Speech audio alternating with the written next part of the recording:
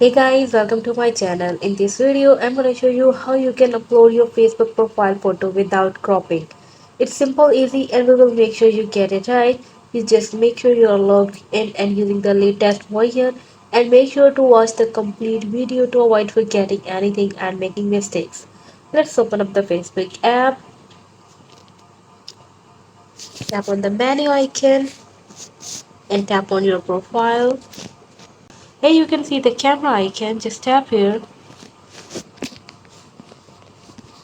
tap on choose profile picture, and here just tap on some photo that I want to change. Now here you can see the crop option. This is how I can crop my photo. But also here you can see the save option.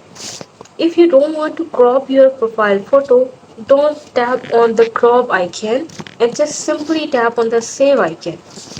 Here you can see my Facebook profile photo is updated, and I do it without cropping, right? So guys, this is how you can upload your Facebook profile photo without cropping. Hope you guys like my video.